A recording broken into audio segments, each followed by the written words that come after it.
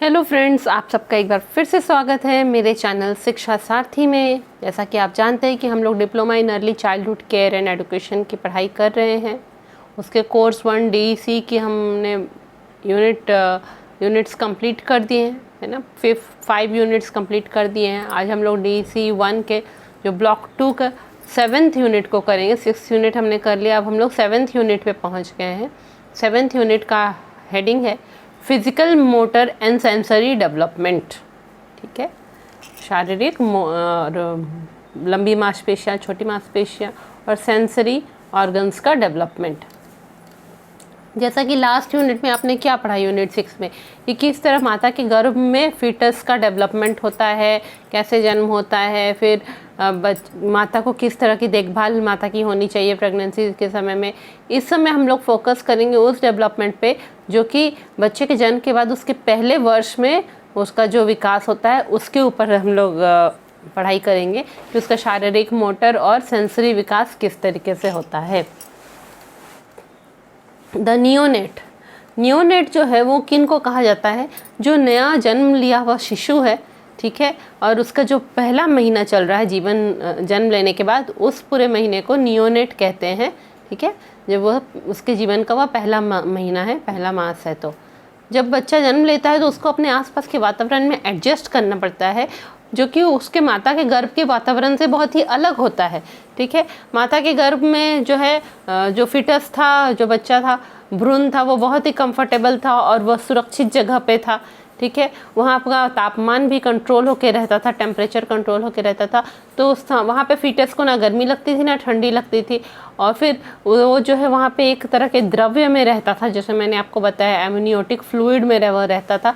तो बाहर से कोई भी शॉक लगता था, झटका बॉडी को लगता था, फिजिकल शॉक लगता था, तो उसमें वो द्रव्य जो कुशन जैसा काम करता था, बच्चे को कहीं से भी चोट नहीं लगती थी।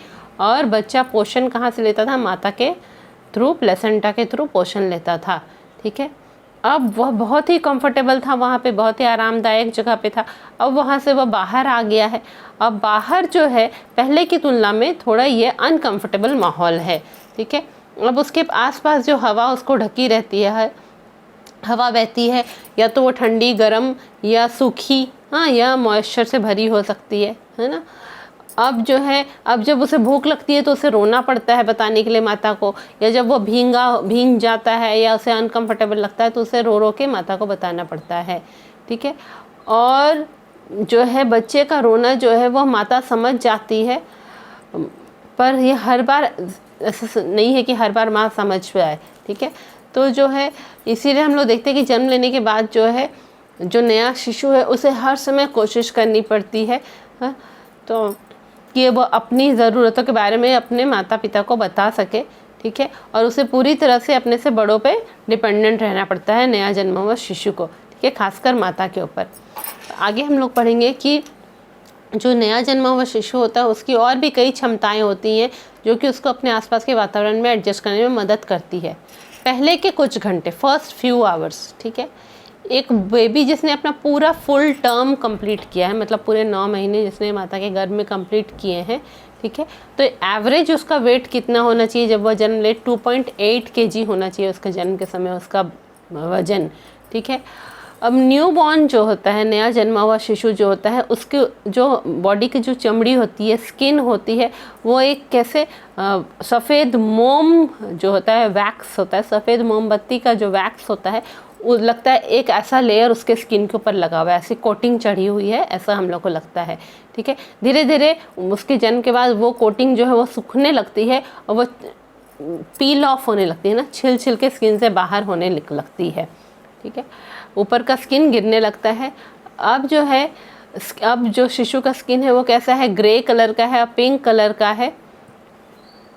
और जो है पहले महीने में जो है उसमें बहुत ही छोटे छोटे बाल होंगे उसके शिशु के हाथ पैर में सभी जगह, जो कि पहले महीने के ख़त्म होने तक वह बाल सारे गायब हो जाएंगे, वह दिखाई नहीं देगा। शिशु का स्किन उसमें ग्रेइश या पिंक कलर का होगा, गुलाबी रंग का होगा। अब जो नया जन्मा बच्चा होता है उसका सर जो है उसके शरीर के अनुपात में काफ़ी बड़ा रहता है। ठीक है, और सर थोड़ा लंबा भी रहता है, क्यों?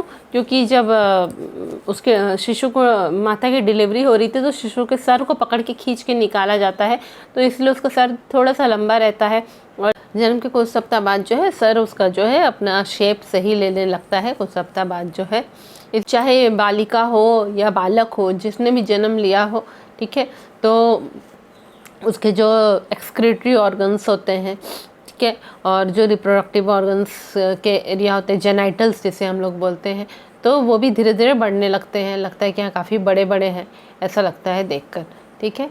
तो जैसे जब जब बच्चा जन्म लेता है तो वह रोता है, ठीक है। जैसे ही बच्चे ने जन्म लिया, माता के गर्भ से निकला, वह अचानक से रोता है। ये रोने का मतलब है कि वह अचानक से जो है बाहर से वो सांस लेता है, एक झटके से बाहर की जो श्वास वायु है वो उसके भीतर जाती है, इसलिए बच्चा रोने लगता है, ठीक है। कई बार जो है बच्चा नहीं जब रोता है तो उसके पीठ में ठोकना पड़ता है, पीठ में पैट करना पड़ता है उसके गर्दन के ऊपर और पीछे बैक में, ताकि वह रोए, ठीक है। और जब वह रोएगा तो उसकी सांस लेने की प्रक्रिया शुरू होगी। जैसे ही वो माता के गर्भ से निकलता है वो तो सांस लेना लगता ही है। अगर जो बच्चा नहीं रो रहा है वो रोएगा तो सांस लेने की प्रक्रिया उसकी शुरू हो जाएगी, ठीक है। क्या होता है, जन्म के समय जो है वो नए जन्मे हुए शिशु के जो फेफड़े होते हैं, लंग्स होते हैं, उसमें कुछ वो एमनियोटिक द्रव्य थोड़ा रह जाता है, ठीक है। वो 1-2 दिन बाद उसके फेफड़े से निकलता है, क्लियर होने में उसे समय लगता है।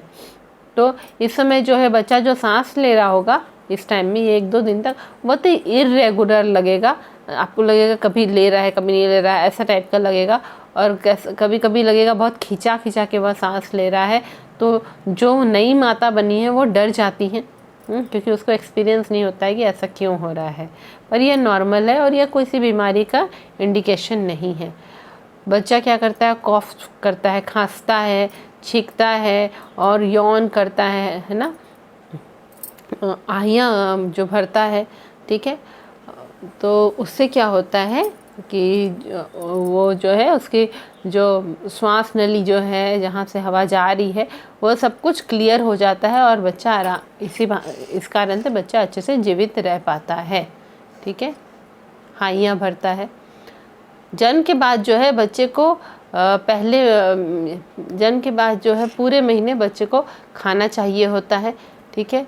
और वो खाना कैसे लेगा, अपने मुंह के थ्रू ही लेगा, ठीक है। और उसका जो मुंह का जो हमारे मुंह में क्या होता है, एक लोअर जॉ है, नीचे का जबड़ा, और एक ऊपर का जबड़ा है, और गाल है हमारे, ठीक है। तो बच्चे के नीचे का जबड़ा और गाल इस तरीके से बने रहते हैं कि वह चूस सके, ठीक है। और फिर जो है उसका जो चिन होता है, ठुड्डी होती है, और नीचे के लिप्स होते हैं वो थोड़े पीछे की तरफ रहते हैं, पीछे की तरफ चले जाते हैं, स्लोप करते हैं पीछे की तरफ, और इसीलिए जो है उसके गाल सब फूले फूले लगते हैं। लगता है यहाँ पे फैट पैड्स है, ठीक है, यहाँ पे वसा भरी हुई है और गाल उसके फूले फूले बच्चे के दिखाई देते हैं, ठीक है। तो उसका चेहरा इसीलिए इस टाइप का होता है ताकि वह माता के वक्ष के नज़दीक आ सके और आराम से चूस सके और दूध ले सके, और साथ ही साथ वह सांस भी ले सके।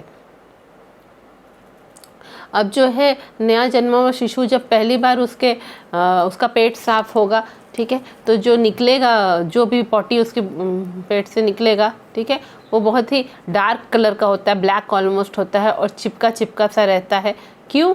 क्योंकि उसके जो इंटेस्टाइन्स थे, ठीक है, उसकी जो अंतड़ियाँ थी, उसमें जो है डेड सेल्स अब थे और म्यूकस होता है, हाँ, जैसे हमारे नाक के भीतर में म्यूकस होता है, तो डेड सेल थे, म्यूकस थे, और वो द्रव्य था, और वह जब माता के गर्भ में था तो उसने जो जो निगल लिया था, ठीक है, वह सब कुछ जो है वहाँ से निकलता है। इसीलिए कुछ दिन तक वह ब्लैक ब्लैक कलर का दिखता है, चिपका चिपका सा दिखता है उसका जो पॉटी होता है, ठीक है।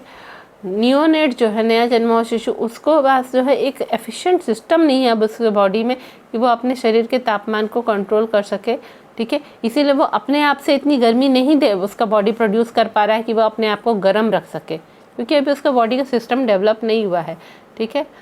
और इसी तरह अगर उसका बॉडी बहुत गर्म हो गया है तो उसके बॉडी का सिस्टम ऐसा नहीं है कि वो अपने आप को ठंडा कर सके। इसीलिए माता पिता को ध्यान देना पड़ता है कि जैसा माहौल है, क्लाइमेट जैसा, उस हिसाब से बच्चे को या तो ढक के गर्म करके रखे या ठंडा करके रखे, ठीक है। अब जो है पहले नया जन्मा हुआ शिशु जो है उसको जो है पहले ही दिन से माँ का दूध उसे देना चाहिए, ठीक है।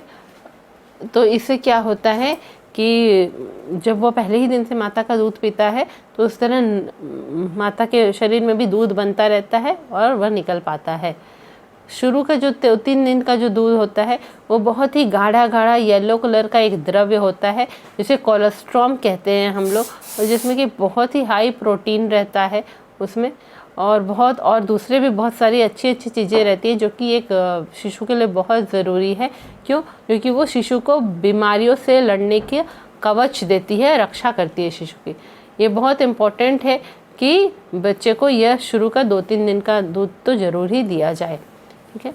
कई बार जो है माता और बच्चे को जन्म के तुरंत बाद अलग कर दिया जाता है ताकि माता को थोड़ा ताकत मिले, माता की बॉडी को थोड़ा स्ट्रेंथ मिले। पर अभी के रिसर्च में यह पाया गया है कि यह बहुत ज़रूरी है कि जब बच्चा जन्म ले तो उसे माता के नज़दीक ही रखा जाए, जितना नज़दीक रख सकते हैं।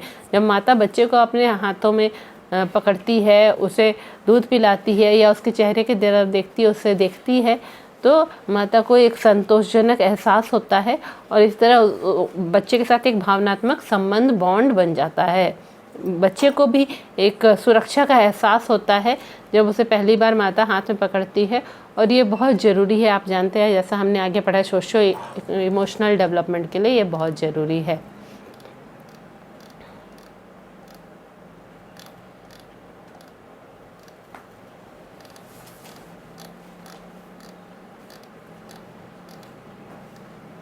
अब है capabilities of the new born, है ना, नए बच्चे की क्षमता।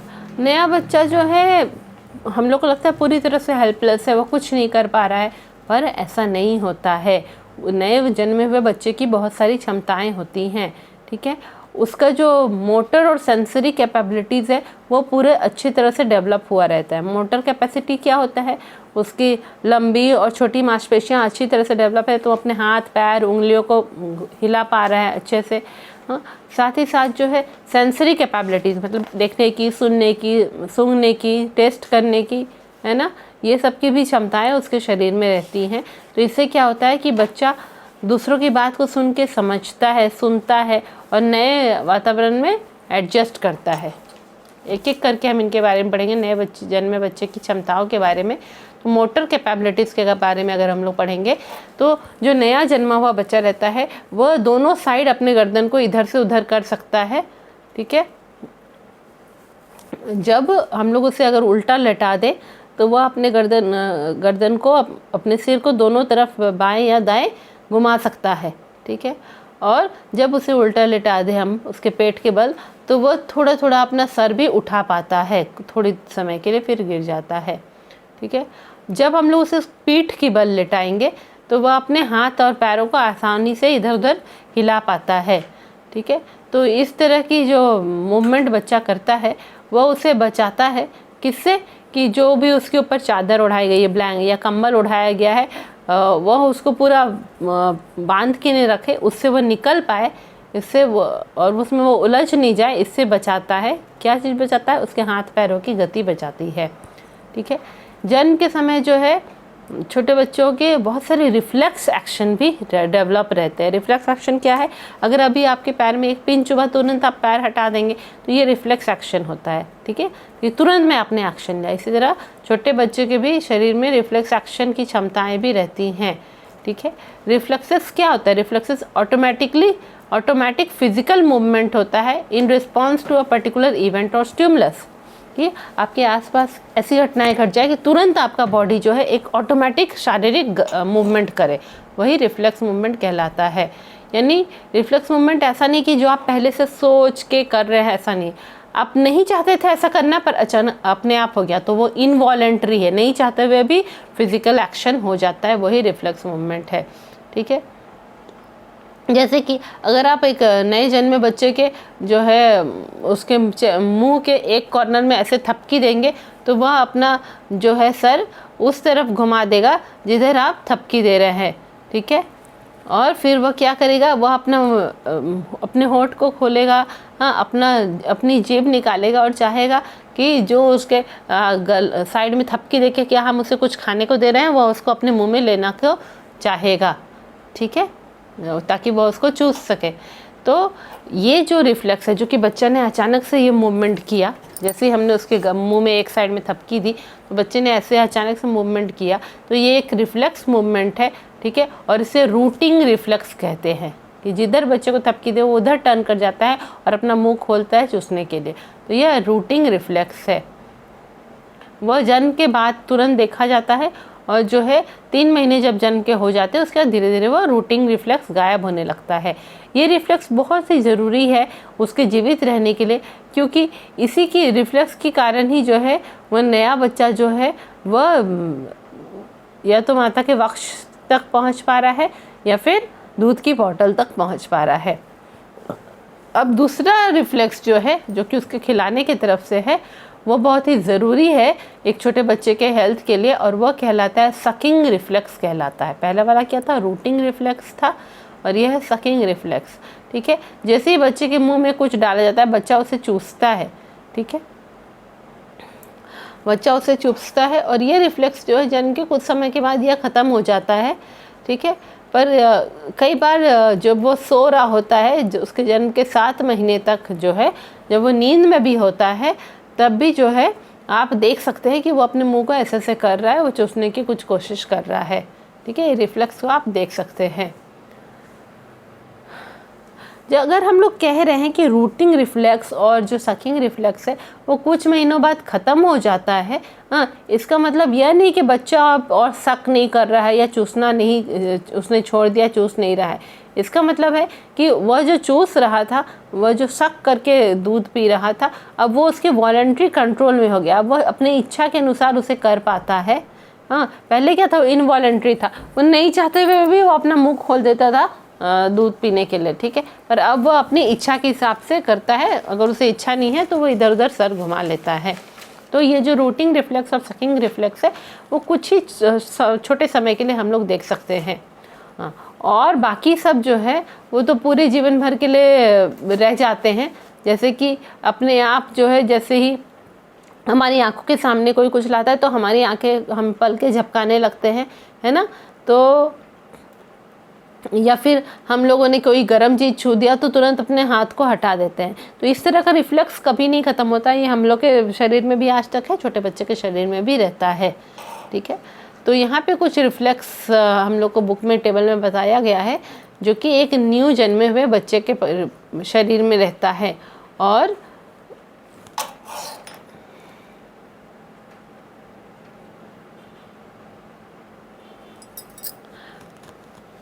ठीक है, अब हर एक उम्र में जो रिफ्लेक्स है वह अगर गायब हो जाए, ठीक है, हाँ, जो रिफ्लेक्स सही उम्र में होना चाहिए वह अगर नहीं दिखाई दे रहा है, या फिर जो रिफ्लेक्स समय के साथ ख़त्म हो जाना चाहिए अभी भी अगर वह दिखाई देते जा रहा है जबकि उसके ख़त्म हो जाना चाहिए था, यह बताता है कि बच्चे के बॉडी में कुछ नर्वस सिस्टम का प्रॉब्लम है और उसमें उसको मेडिकल देखभाल की ज़रूरत है, उसे डॉक्टर के पास ले जाना ज़रूरी होता है, ठीक है। तो इसमें हम लोग कुछ रिफ्लेक्स के बारे में पढ़ेंगे। रूटिंग रिफ्लेक्स तो हमने बताया, सकिंग रिफ्लेक्स भी बताया। एक स्वालोइंग रिफ्लेक्स है कि बच्चा जो है चूसना सीखने के बाद वो निगलना सीखता है, या उसके जन्म से ही रहता है और बाद में वॉलंटरी हो जाता है, उसकी इच्छा अनुसार हो जाता है। फिर एक ग्रैस्प रिफ्लेक्स है कि बच्चे के जो हाथ में अगर हम कुछ प्रेशर अप्लाई करें उसके हाथ पे, हाँ, तो वह अपनी उंगलियों को गोल घुमा लेता है उस जो भी हमने सामान दिया उसे पकड़ने के लिए। तो 4 से 6 महीने का जो शिशु होता है जन्म के बाद, उसकी बॉडी में ये रिफ्लेक्स दिखाई देता है। और ये रिफ्लेक्स बहुत स्ट्रॉन्ग कब होता है? जब शिशु 9 महीने का होता है। और जन्म के 2-3 महीने के बाद तो ये एक्चुअली गायब हो जाता है, और शुरू में तो इनवॉलंटरी होता है, वो गायब हो जाता है। फिर जो है फिर वो रिफ्लेक्स फिर से आता है उसके बॉडी में, ग्रास्पिंग रिफ्लेक्स, पर अब वो उसके वॉलंटरी कंट्रोल में उसके इच्छा अनुसार ही वह करता है। अब वो रिफ्लेक्स नहीं है कि बिना इच्छा अनुसार भी उसने कर दिया, ऐसा नहीं है, ठीक है। तो वह शुरू के ही 2-3 महीने में इनवॉलंटरी रहता है। और एक है बेबिन्स्की रिफ्लेक्स, ठीक है। अगर आप बेबी के जो फुट में, हाँ, उसके पैर के तलों में अगर आप उसमें थपकी देंगे तो वह अपने पैर उंगलियों को पूरा फैला लेता है, फिर उन्हें मोड़ मोड़ लेता है, उन्हें कर्ल कर लेता है। ये शुरू के 4 से 6 महीने में दिखाई देता है, और बच्चा जब 12 से 18 महीने का होता है तो ये रिफ्लेक्स गायब होने लगता है।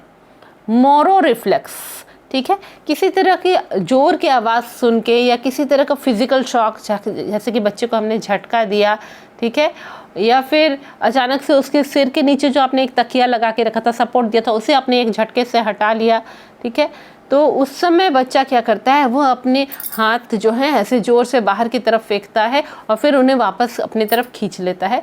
इसे मोरो रिफ्लेक्स कहते हैं। ये बच्चे 7 महीने के फीटस में जो है यह दिखाई देता है, ठीक है। जो 7 महीने जन्म लेके 7 महीने हो चुके हैं उसमें वह दिखाई देता है, पर बहुत ही स्ट्रांगली दिखाई नहीं देता है। हाँ, जन्म कहने का मतलब है कि जब बच्चा माँ के गर्भ में था, फीटस के रूप में था, उसमें 7वां महीना जब चल रहा था, तब भी बच्चे में यह रिफ्लेक्स था, इतना स्ट्रांग नहीं था। और जब वो जन्म ले गया उसके बाद ये रिफ्लेक्स बहुत स्ट्रांग हो जाता है, और जब तक बच्चा 6 महीने का उम्र का हो जाता है, शिशु जो है 6 महीने का उम्र का हो जाएगा, तब उसकी ये रिफ्लेक्स गायब हो जाता है। और एक है लास्ट, टॉनिक नेक है, ठीक है। अगर हम लोग शिशु के गर्दन को एक तरफ घुमाएंगे, ठीक है, तो वो अपने उसी साइड के हाथ और पैरों को एक्सटेंड करेगा, हाँ, जबकि दूसरे तरफ के जो हाथ और पैर हैं वो सब थोड़े थोड़े मुड़ मुड़ से जाएंगे, जो बेंड हो जाएंगे, ठीक है। तो इसे टॉनिक नेक कहते हैं कि जब उसके सिर को हमने एक तरफ साइड में किया तो उसी साइड के जो पैर और हाथों को वह फैलाता है ज़्यादा, ठीक है, और दूसरे साइड वाले को वह थोड़ा मोड़ लेता है। यह 2 से 3 महीने के शिशु में दिखाई देता है, और जब तक शिशु 6 से 7 महीने का होगा तब तक ये गायब हो जाता है। तो इसलिए हमने आज नए जन्मे बच्चे की मोटर क्षमताओं के बारे में पढ़ा। अब हम लोग नेक्स्ट क्लास में उसकी जो है सेंसरी कैपेबिलिटीज़ के बारे में पढ़ेंगे कि नए जन्मे बच्चे की सेंसरी कैपेबिलिटीज़ क्या होती है। उसके बाद हम लोग केयर ऑफ द न्यूनेट में पढ़ेंगे, ठीक है। तो आज के लिए इतना ही। ये यूनिट 6 का यह पार्ट 2 वीडियो था, और जल्दी ही हम नए वीडियो में आपसे मिलेंगे। अगर मेरे पढ़ाई करने का तरीका या मेरा पढ़ाई आप लोग को समझ में आ रहा है और अच्छा लग रहा है तो मेरे चैनल को सब्सक्राइब करना नहीं भूलें, क्योंकि जल्दी ही आगे नए नए कोर्सेज भी आएंगे। और साथ ही साथ तो हम लोग एक सीरीज़ भी चला रहे हैं जिसमें कि हम लोग हर प्रोग्राम की जानकारी भी आपको दे रहे हैं। मिलते हैं नए वीडियो में। Thank you.